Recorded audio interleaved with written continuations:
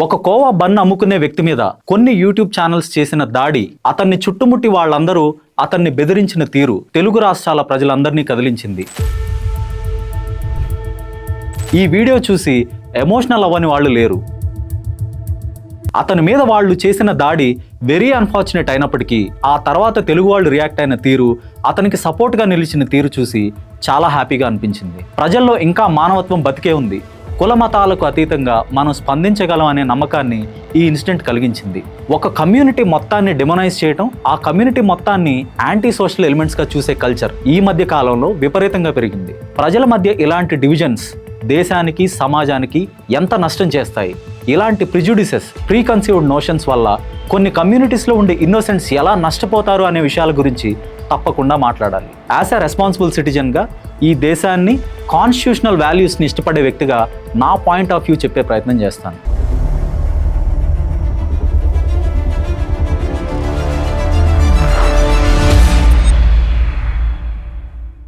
Hello friends, welcome to Khyati connects. ఈ వీడియోలో bun అమ్ముతున్న వ్యక్తి పేరు వలి. అతను కర్నూలుకు చెందిన ఒక రోడ్ సైడ్ ఫుడ్ వెండర్. తన ఇంట్లోనే కోవా చేసుకొని ఆ కోవాను బన్లో పెట్టి అమ్ముకునే ఒక చిరు వ్యాపారి. మొన్న జరిగిన మేడారం జాతరలో కూడా తను కోవా బన్ అమ్ముకోవడం కోసం కర్నూలు నుండి మేడారం వరకు వచ్చాడు. ఈ మేడారం జాతరలో అతను కోవా బన్ అమ్ముకుంటున్న సమయంలో కొందరు యూట్యూబర్స్ ఒక్కసారిగా అతని చుట్టూ చేరి, బన్ మెత్తగా ఉంది, కోవాలో ఏం కలిపావు, ప్రజలను చంపడానికే కోవా అమ్ముతున్నావా అని ప్రశ్నించడం మొదలుపెట్టారు. వాళ్ళందరూ అతని పేరు అడగగానే వలి అని అతని నుంచి సమాధానం వచ్చింది.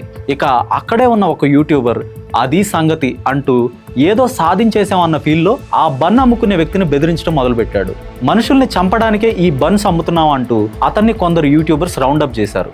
సడన్ గా వాళ్ళందరూ అతన్ని చుట్టుముట్టడం వల్ల ట్రామటైజ్ అయిపోయిన వలి, ఈ వ్యాపారం నాది కాదు, మేం కేవలం కూలీలు మాత్రమే అని వాళ్ళకి నచ్చజెప్పే ప్రయత్నం చేశాడు. వాళ్ళు అతని ఆధార్ కార్డ్, పాన్ కార్డ్ ఇలా వగైరా డీటెయిల్స్ అడుగుతూ ఫుడ్ ఇన్స్పెక్టర్ రేంజ్లో వరుసపెట్టి క్వశ్చన్స్ అడిగారు. ఒక లేడీ జర్నలిస్టు ఆ బన్ అమ్ముకునే వ్యక్తిని ఈ బన్ ఎందుకు తినటం లేదు అని అడిగింది. నేను కూడా తింటాను మేడం అని అప్పుడు ఆయన జవాబు చెప్పాడు. దానికి ఆమె ఇప్పుడెందుకు తినవు, ఈ కోవాని కల్తీ చేసి అమ్ముతున్నావని అనగానే అతను తన చేతిలో ఉన్న బన్ను తినడం మొదలుపెట్టాడు.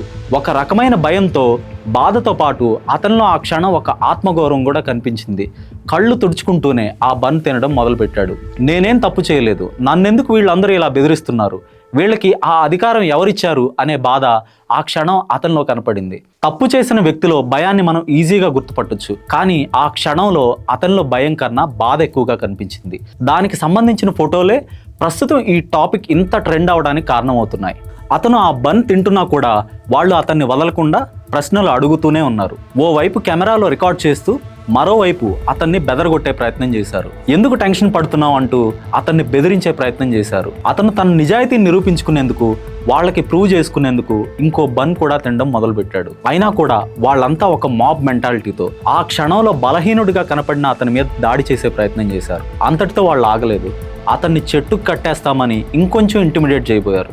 ఈ మొత్తం వీడియో చూశాక అతన్ని ఒక కమ్యూనిటీకి చెందిన వ్యక్తిగానే వాళ్ళందరూ ఐడెంటిఫై చేశారని నాకైతే అనిపించింది.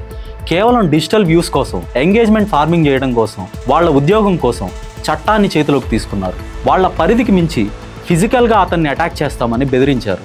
ప్రతి జర్నలిస్ట్కి సమాజంలో జరిగే అన్యాయంపై ప్రశ్నించే హక్కు ఉంటుంది. సాధారణ పౌరులకు ఎంత హక్కు ఉంటుందో జర్నలిస్టుకు కూడా అంతే హక్కు ఉంటుంది. జర్నలిస్టులను మన చట్టాలు కానీ, రాజ్యాంగం కానీ ప్రత్యేకంగా గుర్తించదు. ఇక్కడ వాళ్ళు అడిగిన పద్ధతే ప్రతి ఒక్కరికి అతని మీద సింపతి, వాళ్ళ మీద కోపాన్ని తెప్పించింది. ఫుడ్ సేఫ్టీ అనేది of course very concerning issue. మనం బయట ఫుడ్స్ తింటుంటాం, మన పిల్లలకు ఆ ఫుడ్స్ని పెడుతుంటాం. ఖచ్చితంగా రోడ్ సైడ్ ఫుడ్ సెల్లర్స్ని ప్రశ్నించే హక్కు మనకు ఉంటుంది.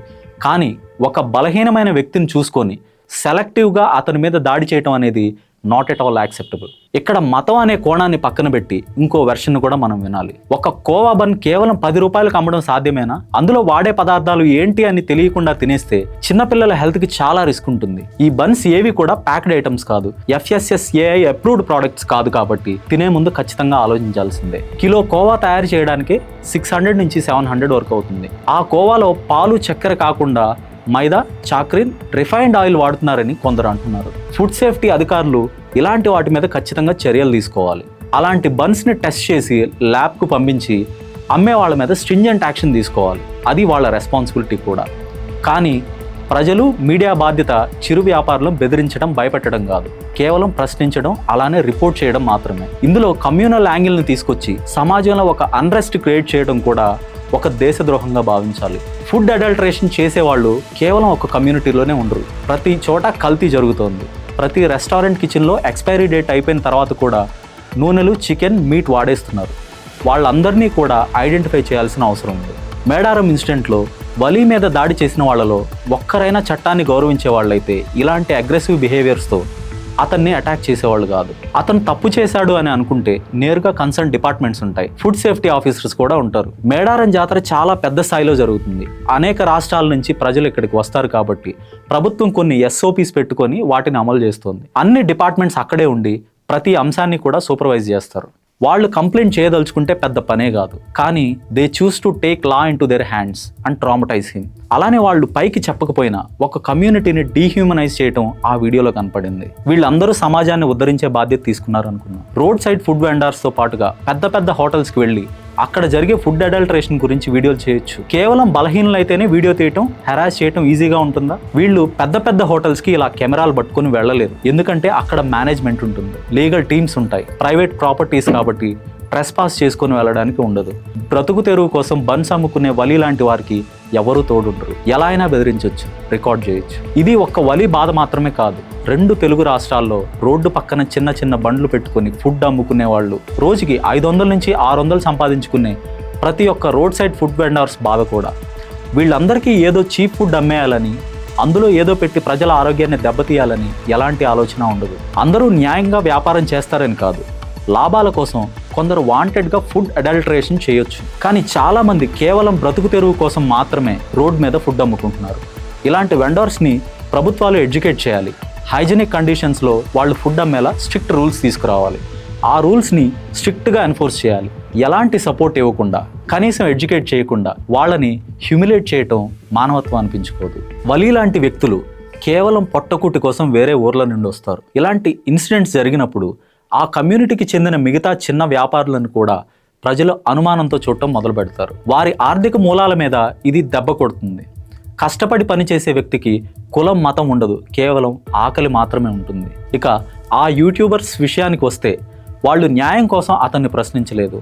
వాళ్ళ బౌండరీస్ని మర్చిపోయి ఫిజికల్గా అటాక్ చేయబోయారు. ఇది లీగల్గా అలాగే మోరల్గా కూడా చాలా తప్పు. కేవలం తమ దగ్గర ఉన్న కెమెరా, మైకు అనే ఒక చిన్న పవర్ని ఉపయోగించి ఒక సామాన్యుడిని వాళ్ళు భయపెట్టారు. దీన్ని బుల్లింగ్ అనాలి తప్ప సోషల్ రెస్పాన్సిబిలిటీగా ఏ కోణంలోనూ చూడలేం. చట్టం తన పని తను చేయాలి.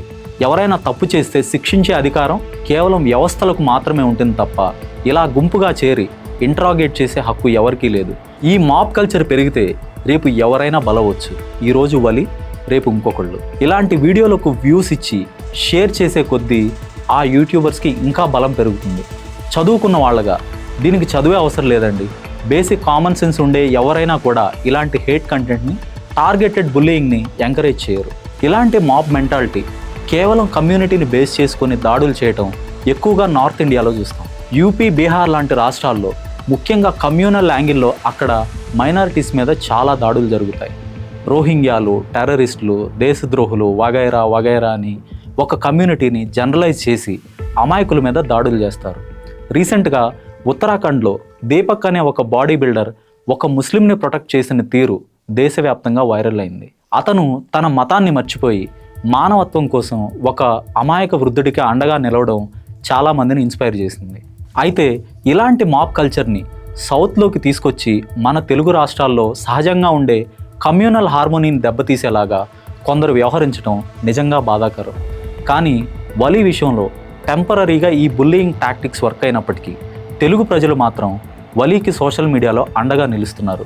పాలిటీషియన్స్, ఎంటర్టైన్మెంట్ పేజెస్, అలానే సామాన్య ప్రజలు కూడా గత 2-3 రోజులుగా ఎక్కడ చూసినా అతని కోసం పోస్టులు పెడుతున్నారు. ఒక బలహీనుడి మీద ఇలా దాడి చేయడం తప్పు అని అందరూ ఖండిస్తున్నారు. మన తెలుగు సమాజం ఇంకా కరప్ట్ అవ్వలేదు. కమ్యూనల్ పాలిటిక్స్ మనల్ని పొల్యూట్ చేయలేవు అని ఈ ఇన్సిడెంట్ అయితే చెప్తోంది. ఒక కమ్యూనిటీ, అది ఏ కమ్యూనిటీ అయినా కావచ్చు, be it Muslims, be it Christians, be it Dalits, be it scheduled tribes. We are not born by choice, we are born by chance. మనం ఒక కులంలోనో ఒక మతంలోనో పుట్టాలని అనుకుని పుట్టాం. కేవలం కొన్ని మీనింగ్లెస్ ఐడియాలజీస్, కస్టమ్స్, ట్రెడిషన్స్ ప్రజల్ని వేరు చేయకూడదు. ఒకరిని ఒకరు ద్వేషించుకొని ఇలాంటి డివిజన్స్కి కారణం అవ్వకూడదు. ప్రతి కల్చర్ను, ప్రతి పండుగను మనం సెలబ్రేట్ చేసుకోవాలి. ప్రతి వ్యక్తిని భారతీయుడిగానే చూడాలి. అప్పుడే అందరం కలిసి ముందుకెళ్ళగలుగుతాం, అభివృద్ధి వైపు అడుగులు వేయగలుగుతాం. ఇది ఏ ఒక్క కమ్యూనిటీ గురించి కాదు. హిందువుల్లో బలహీన వర్గాలను కూడా డిస్క్రిమినేట్ చేయడం, వాళ్ళని దొంగలుగానో లేదా మరొక అఫెన్స్ చేశారని ఎలిగేషన్స్ చేసి చెట్టు కట్టేస్తున్నారు, కొడుతున్నారు. ప్రతి సంవత్సరం ఇలాంటి ఇన్సిడెంట్స్ చాలా జరుగుతున్నాయి. మైనారిటీస్, వేకర్ సెక్షన్స్కి సంబంధించిన వారు సాఫ్ట్ టార్గెట్ అవుతున్నారు. అందుకు కమ్యూనల్ ఐడెంటిఫికేషన్ ఒక ప్రైమరీ రీజన్ అవుతోంది. మన రాజ్యాంగం ప్రతి భారతీయుడికి సమాన హక్కులను కల్పిస్తుంది. మన దేశంలో నివసించే దళితులు, మైనారిటీలకు అలాగే అన్ని వర్గాలకు కాన్స్టిట్యూషన్ మీరు స్వేచ్ఛగా బతకండి అనే ఒక గ్యారంటీని ఇస్తోంది. కుల మతాలకు అతీతంగా ఒక వ్యక్తిని ద్వేషించడం, అతని మీద దాడి చేయడాన్ని మన రాజ్యాంగం ఒప్పుకోదు. ఇదే భారత్ యొక్క ఐడెంటిటీ. బంగ్లాదేశ్, పాకిస్తాన్ వాళ్ళు స్వాతంత్రం వచ్చిన తర్వాత ముందుకెళ్ళలేకపోయారు, మనం వెళ్ళగలిగాం. అందుకు ఏకైక కారణం ఇక్కడ పొలిటికల్ స్టెబిలిటీ ఉండడం, ప్రజలు చట్టాన్ని చేతుల్లో తీసుకునే కల్చర్ ఉండదు, మనం ఏర్పరచుకున్న వ్యవస్థలు చాలా బలంగా ఉండడం. వీటితో పాటు మనం డైవర్సిటీని ఒక థ్రెట్లా కాకుండా ఒక స్ట్రెంగ్త్గా భావిస్తాం. మనమే కాదు, America, Europe, Japan, south Korea ఇలా అన్ని దేశాలు వీలైనంతగా డైవర్సిటీ ఉండాలని కోరుకుంటాయి. ఇక వలి విషయానికి వస్తే, ఈ ఇన్సిడెంట్ జరిగిన తర్వాత అతనికి వేల సంఖ్యలో ఫోన్ కాల్స్ వస్తున్నాయి. చాలామంది అతని ఇంటికి వెళ్ళి అతనికి ఆర్థికంగా సహాయం చేస్తున్నారు, అతనికి మద్దతుగా నిలుస్తున్నారు. ఇదంతా తాత్కాలిక ఎమోషన్స్ మాత్రమే. ఇంకొక వారం రోజుల తర్వాత అతని లైఫ్ మళ్ళీ నార్మల్ అవుతుంది. కానీ మనం చిరు వ్యాపారులను గౌరవించడం, వాళ్ళని ఎంపతితో చూడడం మర్చిపోకూడదు. ఒకవేళ అక్కడ ఫుడ్ అడల్టరేషన్ జరుగుతుంది అనుకుంటే ఖచ్చితంగా రిపోర్ట్ చేయాలి. ప్రతి ఒక్కరికి సివిల్ రెస్పాన్సిబిలిటీ ఉంటుంది కాబట్టి. అలాగే ప్రశ్నించే తత్వం కూడా ఉండాలి. కానీ అక్కడ న్యూసెన్స్ క్రియేట్ చేసి చట్టాన్ని చేతుల్లోకి తీసుకొని అమాయకులను బెదిరించాల్సిన అవసరం అయితే లేదు. Thanks for watching.